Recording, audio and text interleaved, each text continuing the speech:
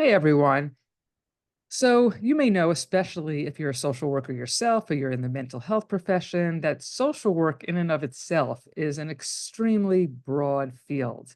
And the nice thing about that is that we can move around within the field. And we have a lot of opportunity, especially at the beginning of our careers, to explore, see what we're interested, rule out certain settings or populations. And through that, we start to develop our own identity as a social worker.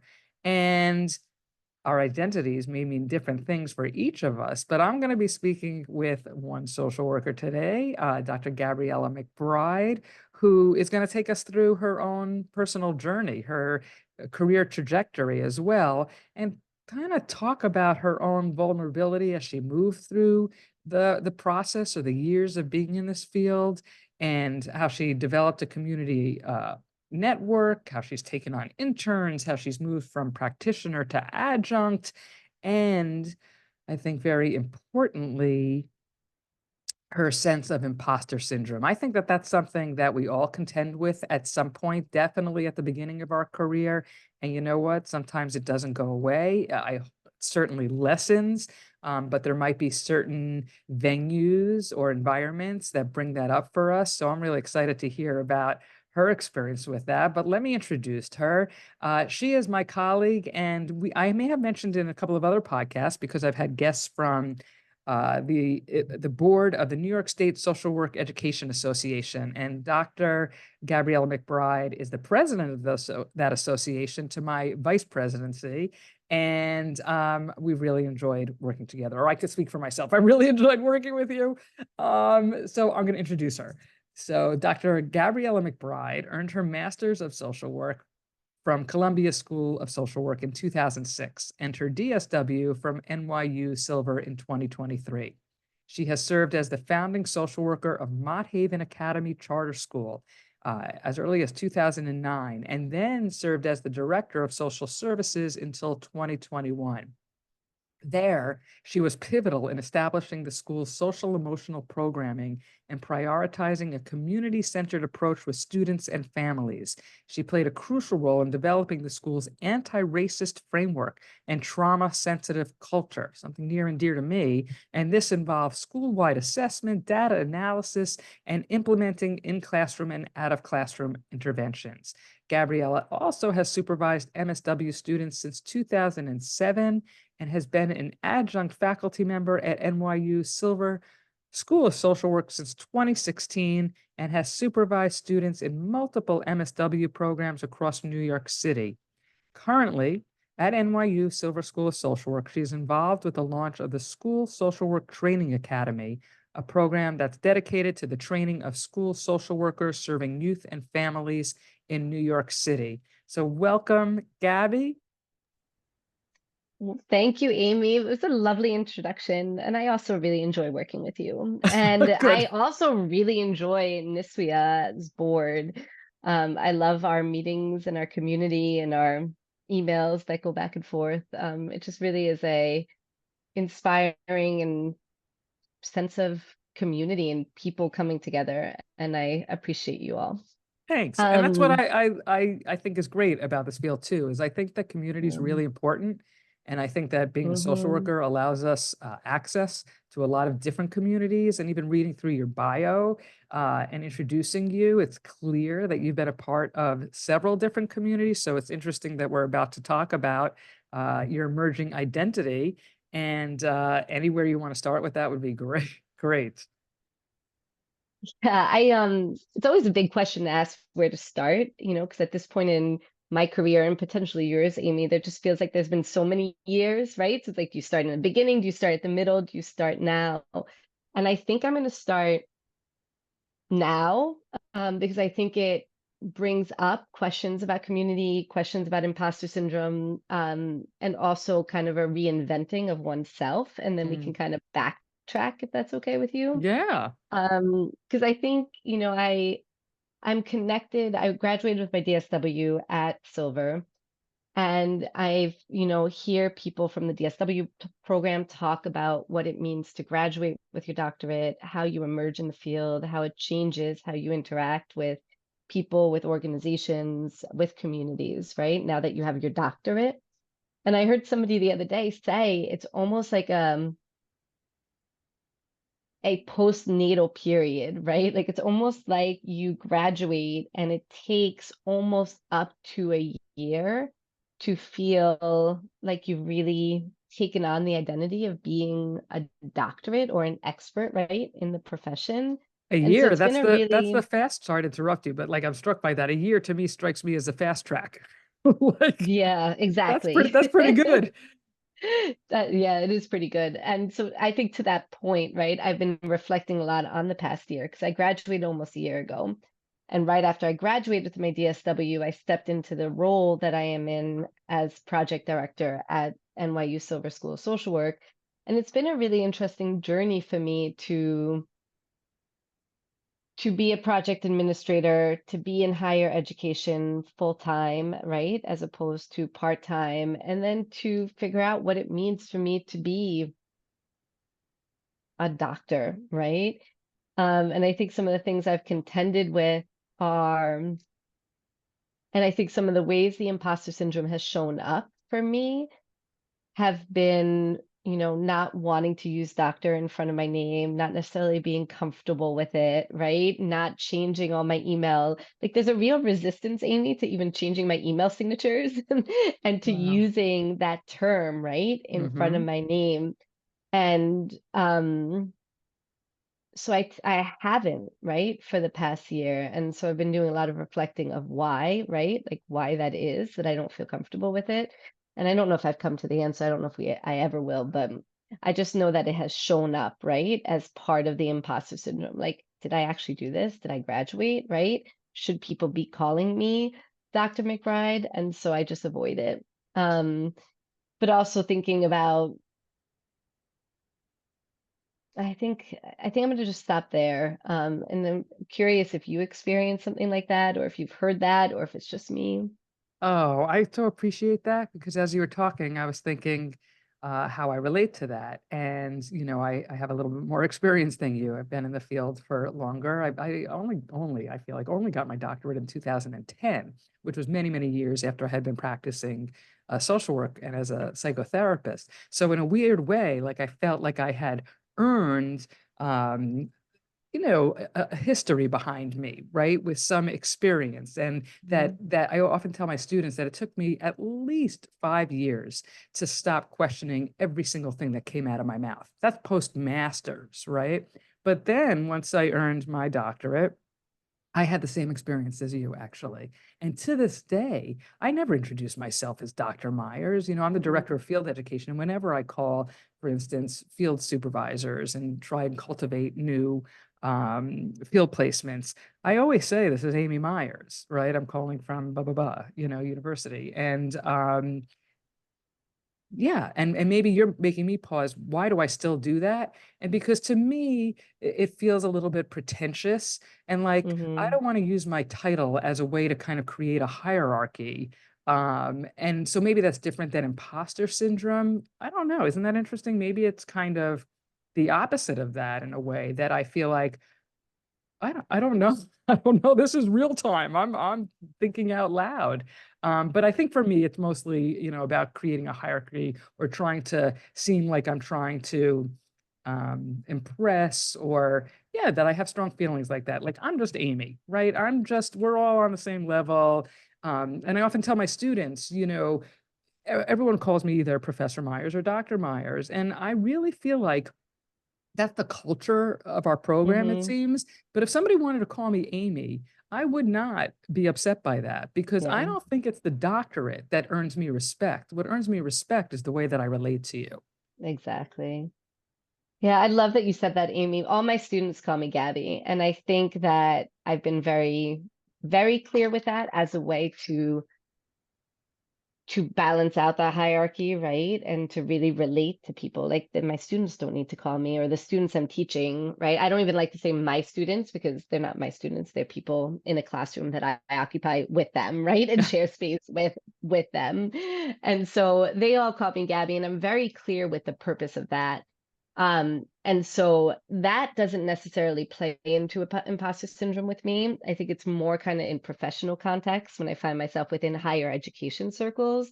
Mhm. And now that we're talking it through, I think that, and I think you have a lot more experience than me, and I resonated with what you said with when you went back for your doctorate, you had years of practice experience, because so did I, right? I went back for my DSW in 2020, and so it's 14 years, right, of practice experience working in various systems, right, in various communities. And so went back for my doctorate, did my 3 years, right, did my capstone, graduated, and now I'm in this higher education realm. And my practice experience is valuable. It's absolutely right. I know that NYU Silver values my practice experience, and that's why I'm in the position I'm in. And also, I'm talking and spending time with people who have like 15 published papers, right, after their names, or who applied for huge NIH, right, or SAMHSA grants. And I think for me, that's where the imposter shows up. It's like, well, who am I in this space, right?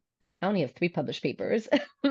And like I'm, working to grow that, and I have a couple of very small grants. So kind of working to develop my professional higher education identity while combining it with my practice experience. Right, but I think that Does one of that the make things that, sense? yes, it does. And I think that one of the things that we have to remember is that you've earned your place.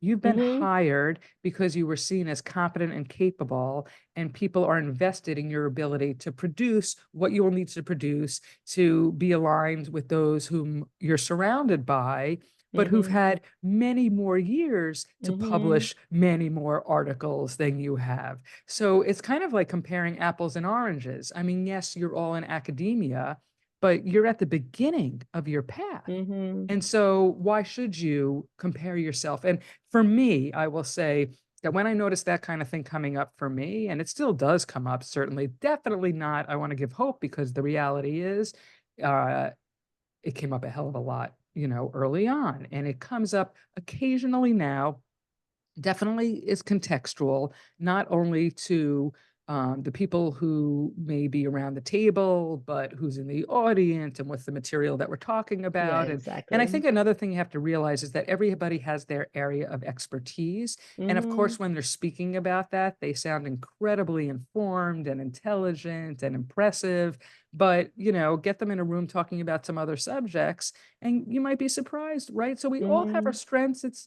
But academia tends to be a bit of a threatening environment, because there is a lot of competition. And so it does make one question, where do you stand? But for me, I have realized that this is an old voice playing, right? I Yeah. mean, I think a lot of us go into this field, which I often say, to heal ourselves, and that we all know trauma, right, on different levels, but we all know trauma. Mm-hmm. And that this is like old stuff that's getting triggered, right, from pushing yourself forward and achieving things perhaps you never thought that you would or could. Mm-hmm. And that's an ugly beast, but I think that the, Yeah. the more you embrace it, the more you own where you are and how you've gotten here, um, maybe the better it'll feel. Yeah, I appreciate that, Amy. And I think that that is something I would hope that anybody listening kind of takes away, is that this process is really cyclical, right, throughout your career, and you go through moments where you feel incredibly confident in your practice skills and ability, and that voice is not as strong, right, or not as loud. And then there are moments where you find yourself where the voice is louder, and you have to do a lot more kind of self-talk and self-checking and exploration and conversations around what it means to be in your current practice, right? Hmm. I was also thinking when you and I first started talking about this podcast about the transition that people make from practice to higher ed, not full time, but as an adjunct, right? Because I still, part of my work at NYU is working to support adjuncts. And so we're developing some adjunct training programs, like really, offering drop-in hours, supporting them with professional development around pedagogy and around how to teach, right? So ultimately, Amy, that's like one of my passion projects. It's something I love, love, love, right? And so I think a lot about that, about what it means for a practitioner to step foot into the classroom for the first time. And so I think back on my first time, right, back in the classroom, and that was 2016. And so I had been a practitioner for about 10 years, working at the school, working in child welfare, really, you know, getting my feet wet and grounded and, in the community, in practice, learning our craft, right? Learning my skill. And then I was asked to teach, and I didn't know how to I knew how to teach 5-year-olds, right? But I didn't know how to teach young Mhm. adults. I didn't know how to teach adults at that point. And so I found myself in front of a classroom really again with like that voice of like, well, what are you doing here? Right? Like, do you know enough to be in front, to be charged with the responsibility of teaching and being in community and supporting students in learning their craft. And so I think that that's also a pivotal moment that I went through, and I think other people go through as well Yeah, in terms of kind of identity development in social work practice. but I think that that's almost like a rite of passage. I mean, who doesn't go through that? If you think about every person who starts their job, their first job, and then a new job, Hmm. right? And how uncomfortable that first 6 months to a year is, where you're learning, you don't know, right? You don't even know what you don't know. So, but people I feel like don't talk about this, and this whole idea of imposter syndrome. I know that that's, a trendy new thing to talk about. But people in everyday realms and everyday conversations don't own this or don't share it because it produces a certain level of vulnerability, right? Yeah. And the more you out yourself, the more people are going to, see you and realize. On the other hand, I think I'm someone who always used that as a defense in a way. Is like, if I say it first, right, then how uncomfortable I am, then other people kind of can't say it behind my back or can't think it without me knowing. It's a weird kind of play, right? Where other people's Hmm. defenses leads them to keeping it bottled up because it's so filled with shame or embarrassment or, as I said, vulnerability, then they're left feeling really alone with it. So I mean, I think you're extremely brave to put this out there and to acknowledge it. And I think that, as you said, you hope that people who listening can, feel validated or hear this, and know that Yeah. they're not alone in this. No one. It's that this is not, I don't think, relative to social work, but I understand Yeah. that's your path, right? So for you, that's from where it comes. I think I appreciate that, Amy. What came up for me as you were talking was the importance of community as you're making these shifts in your professional practice, right? So I was thinking about the step that social workers take, the rite of passage, right? From, well, you were more broadly speaking about the rite of passage, but thinking about like that step from practice to the classroom, right? And kind of and encouraging anybody who's listening who is interested in, adjuncting or teaching or starting to teach maybe in the fall and the first time, just like really encouraging people to find a community of people who are also teachers. Because whether you've been teaching for 1 semester or 20, still get nervous the first day of class. There's still an element of, am I going to do this right? There's a lot of questions about, do I know the content well enough to teach it? How am I going to teach it? How am I going to address power dynamics in the classroom, right? And in this moment, in this world that we're living in or have lived in, there's also questions about like how I'm going to manage difficult conversations. How am I going to address tension in the classroom, especially as a result of race? How am I going to show up for myself as a white practitioner in a space, right? So they're just, and I don't think these questions, I think these questions are common. And so just urging people to find a community of practice of teachers and of people who are also going through that, who are have that responsibility of educating the next generation of social workers. I think that that's really important, finding and being willing, like you said, Amy, to be vulnerable and say like, this is hard, right? It's hard first time, it's hard 10 times, it's hard the 20th time, right? So let's talk about why it's hard and then let's work through that together because I think that it can be a really powerful tool, and then ultimately have a parallel process and translate into how you're teaching if you have the support, right? Because I think sometimes we take on these positions in social work that are operate very much in silos, right? Hmm. So like adjuncting, whether you're at no matter what school you're adjuncting in, there's not necessarily a community practice built for the adjuncts, right? Hmm. So you're brought into adjunct, and there are many other people adjuncting with you, and everybody's on different schedules and everybody's working part-time, right? And so there's not necessarily opportunities to engage, right, with other adjunct instructors to have those conversations about teaching. And so my my dream is to really, continue to cultivate that, right? To Hmm. cultivate spaces where educators can have these conversations with each other. And my urge to people who are making that transition is to find a community practice. And if the school that you're teaching at doesn't offer one, advocate for one, find one, create one, and I think begin that's to have great. these conversations about what's emerging. I think that's Yeah. that's great advice. And as you were talking, I was thinking, the other way is to uh, seek opportunities that create discomfort in a way that allow you to Mhm. push through it. So I'm thinking about the first time that I adjuncted, I never had the desire to teach, never.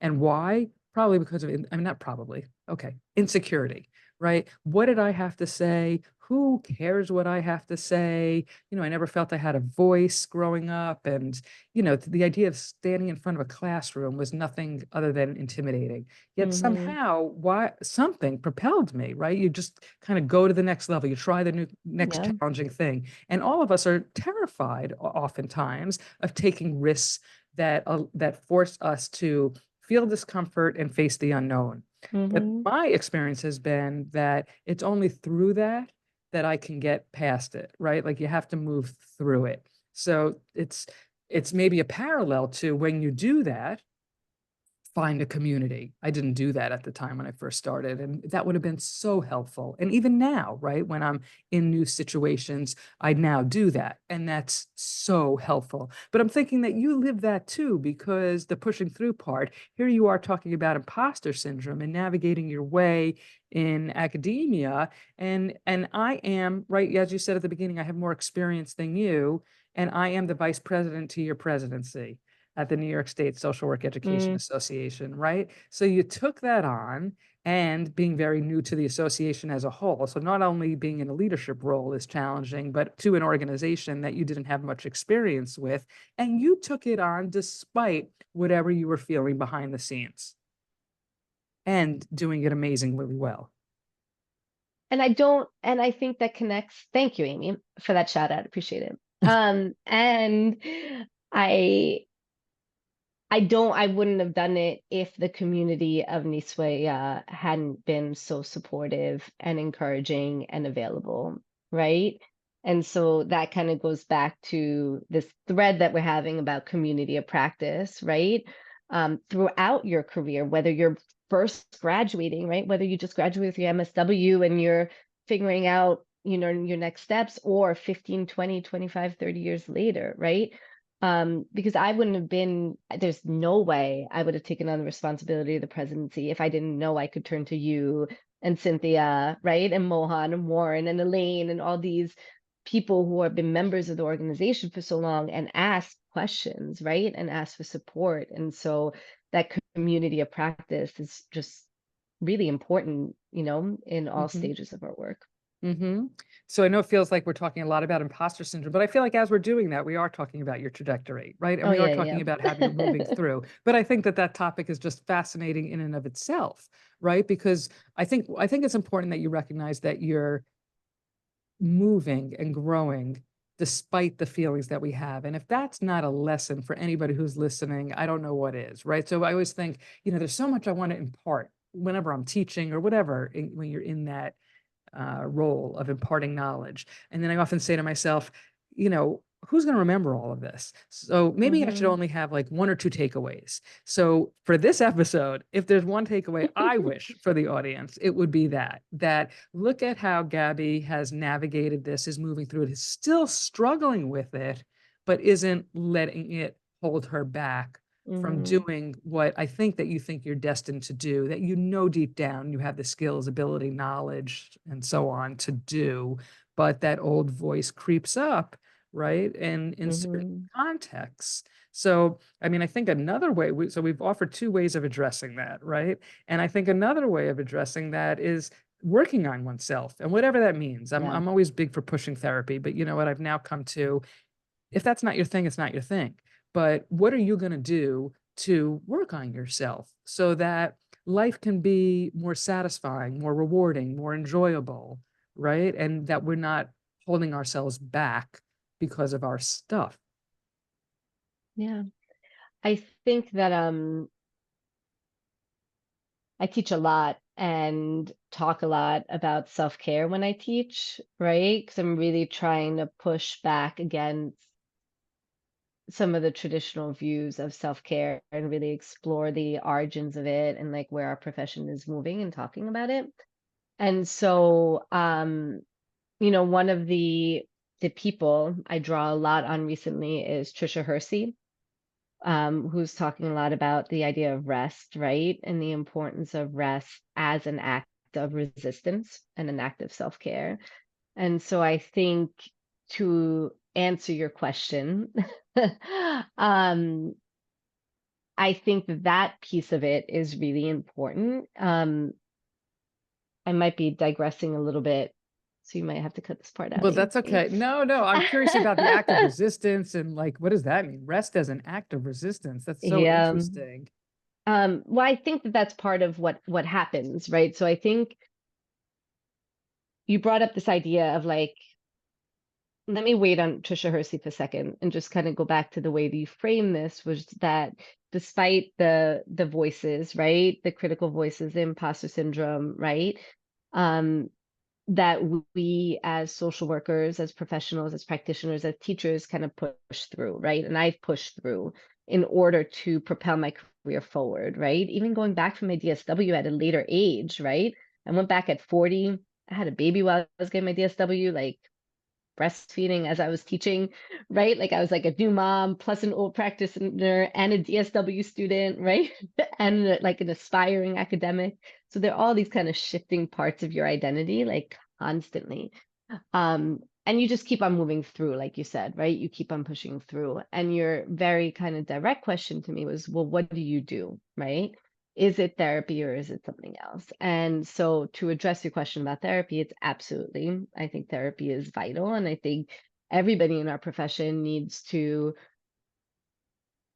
find a therapist or ideally, right? Ideally, a therapist you can go back to every few years when like stuff gets hard, like a touch up, right? Like, I don't think we talk enough about that in our profession either. The idea that like you can terminate therapy and need it again in a couple of years. And you can go back to therapy for 2 to 3 months, when something feels stressful or challenging, or you're navigating, changes and shifts in your identity. So therapy as well, therapy as as a maintenance, or something new that you're going into. And then to go back to this idea, I brought up Trisha's Hersey's work, because she tells a story about how she was commuting in the Bronx. She was working a job, and I think she was coming back from work, right? And she would find herself coming back from work, and it was a pretty high powered position. She is a woman of color and found herself just constantly pushed to produce and work and move forward and push through discomfort, right? And so she'd take the bus home from work and we'd be working the whole time, like her whole commute, right? Answering emails, making phone calls, taking notes. And she stopped and she developed a practice, right? Where on her bus ride home, she would sit and she wouldn't talk, she wouldn't make phone calls, she wouldn't answer emails. She'd look out the window, right, of the Bronx bus and think and reflect and pay attention to the birds and the people and what was happening around her. And like from that simple practice, right, her book was formed. And so she wrote a book, and started an entire movement called the Nap Ministry.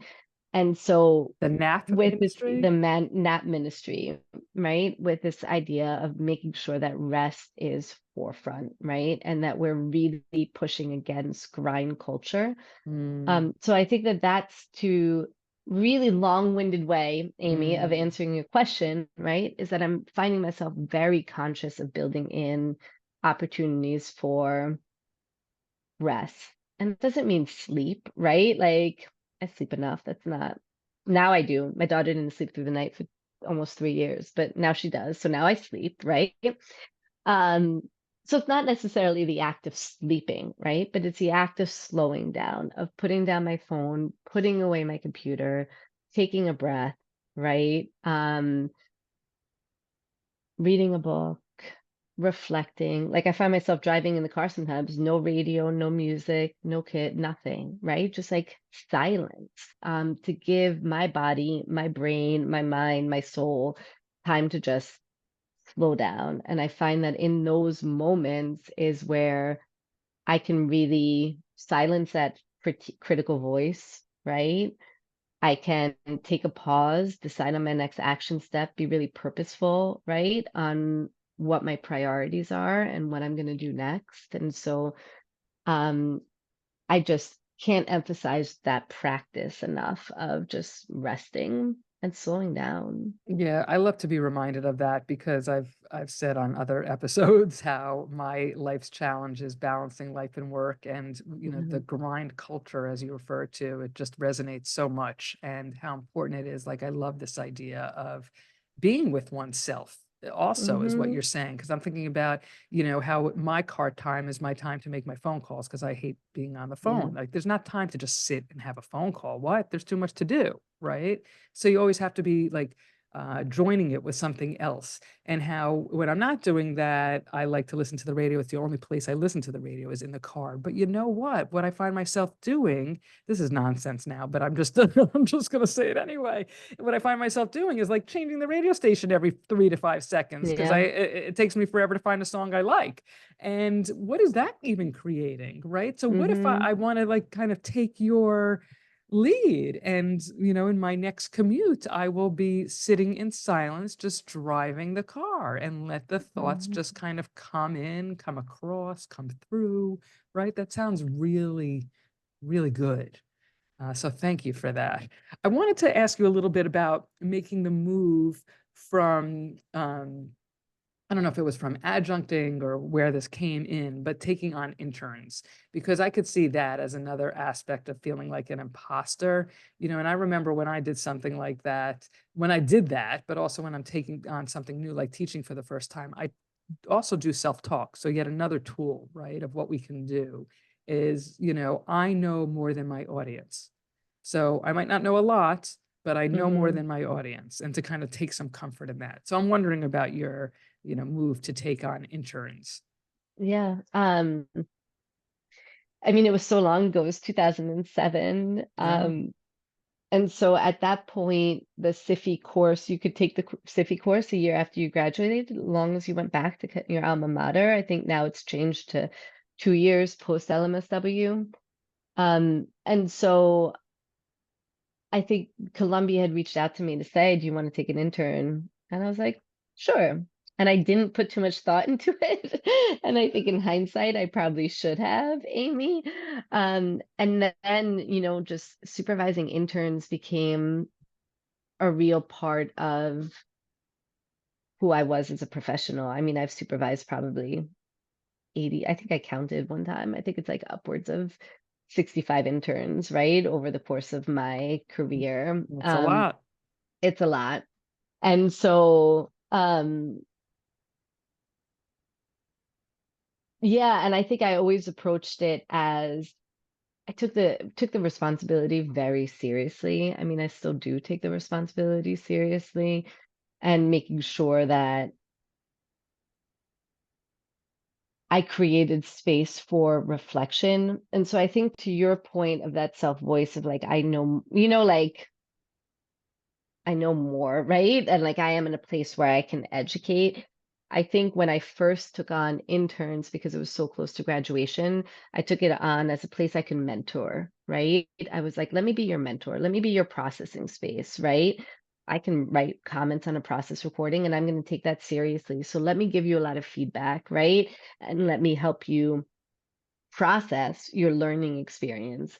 And I think another shift that happened, so that was, for a few years when I was with the founding, I was supervising students and really kind of took it from a mentorship level.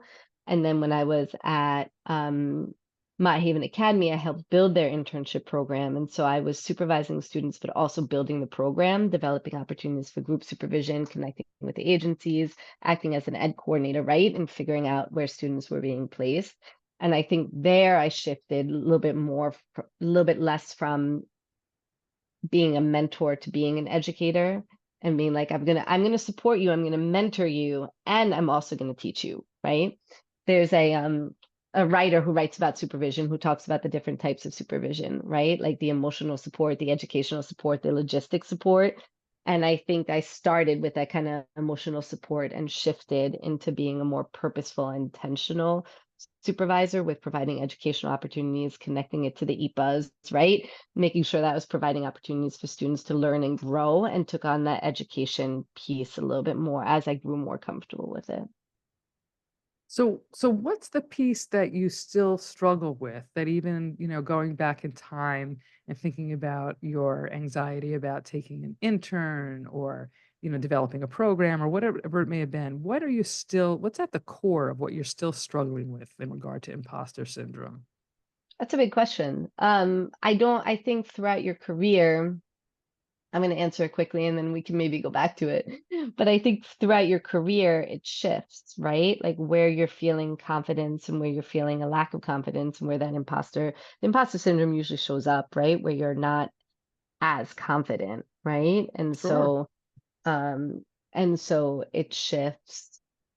Um, I mean, I think that what my hope would be for people to take away is that supervising students is a responsibility. And if there's a level of imposter syndrome creeping up, right? If somebody's thinking about taking on an intern or taking the SIFI course or supervising students and they're feeling like they're not prepared to do it, um, work on that voice, right? And also that's a way to, it's almost a push to yourself to take it seriously. Does that make sense? I don't know if that makes sense. Like, so you're too But I think it, that you do because take it seriously, which is why the feeling of imposter syndrome comes up to begin with, exactly. because there's this Yeah. pressure, self-imposed Yeah. pressure to Yeah. like be perfect at what you're doing. And I want to say that when I started teaching, and as I said, was so terrified, I remember that a clinician who I worked with at an outpatient treatment center, he was adjuncting, and I told him that I was going to be doing this, and I told him how scared I was. And I said, what if they asked me a question and I don't know the answer? He said, "Tell them to go Mhm. look it up, or tell them you don't know, and then go look it up and come back and Yeah. you're modeling that, right?" And I was like, "I get to say I don't know?" Like it Yeah. was like a foreign concept to me, Mhm. right? But we're fallible, and this expectation that I think that we put on ourselves to be Mhm. perfect, uh, is like cancerous. Yeah. I agree with you. And but I also think that that's a grind culture. And I think if we slow down enough, right, to tune into what was happening with us in that adjustment, right? I feel some imposter syndrome when I teach. I feel some imposter syndrome when I present. I presented 2 years ago in NISWIA and I was like, what am I doing? I don't know what I'm doing. What am I talking about? Oh, why am I here? And the importance of kind of slowing down and tapping into reminding yourself that you do have the competence, reminding yourself that you don't have to be perfect, right? That there's nobody who's saying perfection, right? That's a characteristic and a norm of our culture and of our workforce that like is impossible to maintain. And just slowing down enough to be really intentional and purposeful in our practice. Mhm. And so I think that that's another piece of it. Like again, just because you are a good practitioner, because you're a good practitioner, that's going to make you a good adjunct instructor. Because you're a good practitioner, that's going to make you a good supervisor, right? And the two are not mutually exclusive. Mhm. Just because you're a good practitioner doesn't automatically make you a good supervisor. Just because you're a good practitioner, that doesn't automatically make you a good adjunct. It is stuff that we need to work on, right? And part of your craft that you have to develop, and it takes time to develop it. So kind of thinking about slowing down, right? Does that make sense, Yeah. Amy? I Yeah, feel no, like it does. I'm just deep in thought. No, it makes a lot of sense, right? But I love how, when other people talk, it just my mind goes in all different directions, which is another thing that makes me feel um like scattered, that I'm presenting hmm scattered. And that's not quite imposter syndrome, but right, it's wondering about how you're being perceived. And the reality is that I've learned to kind of recognize that my thoughts going off in different directions, maybe that's a sign of intelligence as opposed to a weakness or limitation hmm that I kind of don't remember what I was saying or what I was thinking. Well, that's Yeah. because so many thoughts were ignited. That's a good thing. That's a good thing. So, yes, I understand what you're saying. Yes, it made me go inside myself for a second and think about, and now I forget, of course, what I was thinking about, right? But that's okay. I think, I don't know. I feel like I've taken away so much from this conversation, and as of course as we hope our listeners did. But I would think that the biggest lesson is being kinder to ourselves, which sounds so simplistic. But I'm also thinking about sitting in the muck. When students are doing assignments, right, and they're hmm confused or they don't understand, and so they procrastinate and they don't produce. Yeah. Um, when the reality is that being in the muck is part of the process. And I kind of think hmm that that's what I was associating to in regard to thinking about being an imposter, right? Because it makes you think how much you don't know. And I'm thinking about a project that I'm working on right now that I sat down just yesterday and thought, I don't even know where to start. This is so hmm overwhelming. I'm not sure what's being asked of me, blah, blah, blah, blah, blah. And I actually had a moment of, wait, I tell my students about the muck. I'm in the muck and I'm going to get hmm through this. And when I get through this, I'm going to feel really good because I achieved something. But I'm also hmm going to come away with knowledge, right? So, like when you're talking about presenting and producing in certain ways and not feeling adequate, like who am I? Do I really know what I'm talking about? You've already done the major legwork, which was to sit in the material as you prepared for it. So, of hmm course, you're going to sound knowledgeable and be knowledgeable about it, right? And I think we just have to remember that hmm you've done the work. You've done the work to be wherever you are in whatever context you're in, hmm right? At all contexts that you're in, right? Even if you're a recent graduate Yeah, and you're not sure where you're going to go or what the next steps are for you, you've done the work, right? Um, exactly.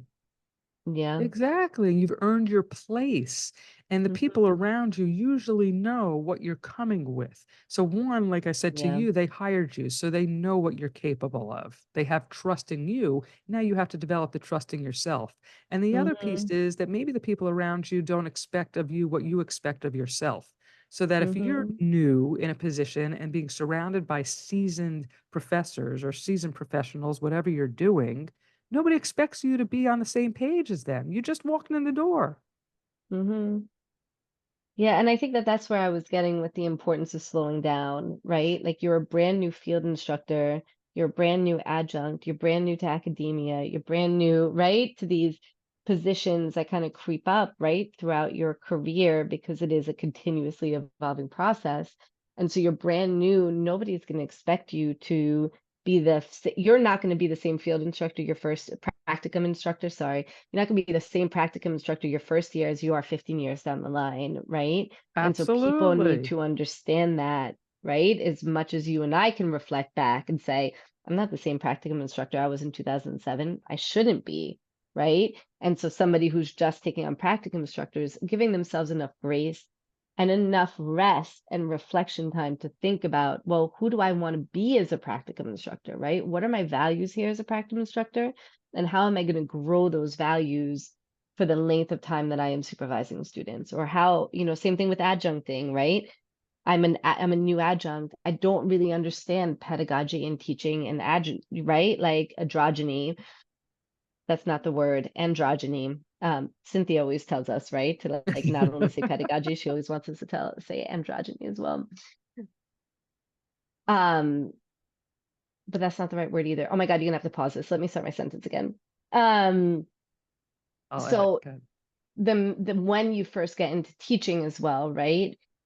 Taking enough time to slow down and say, this is what's going to make me a good teacher. My practice experience is going to make me a good adjunct. And I'm not going to be the same adjunct my first class as I am my 20th class, right? So, what is it I have to learn? How do I want to show up in this space? How do I want this material delivered?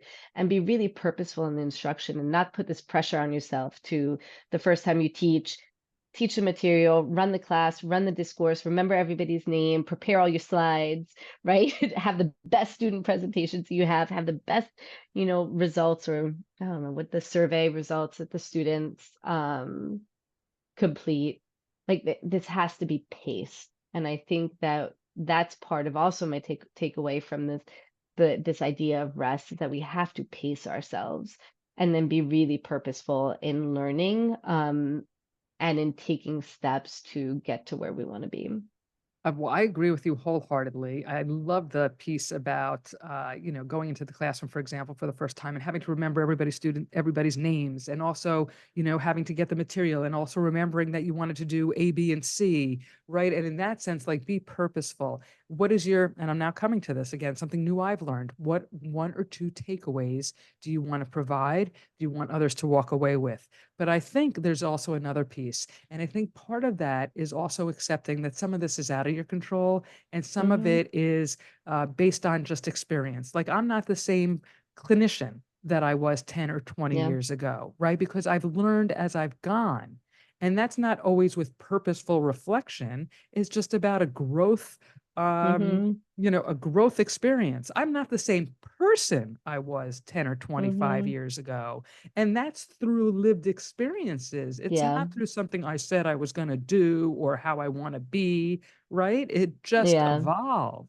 Um, so I think we have to give ourselves some room and permission for that. Yeah. Absolutely. Well, I Yeah. thought I this like was, that framing. oh, good. Can I Thanks. just add one? Can I just Yes. one more minute just to kind of Yes. tell an anecdote? Because I think that throughout your career, you also surprise yourselves on where you have the most impact, right? And so I taught a class this past spring. There were 26 students. It was the last sequence. It was like a capstone practice class. And we were a big group, right?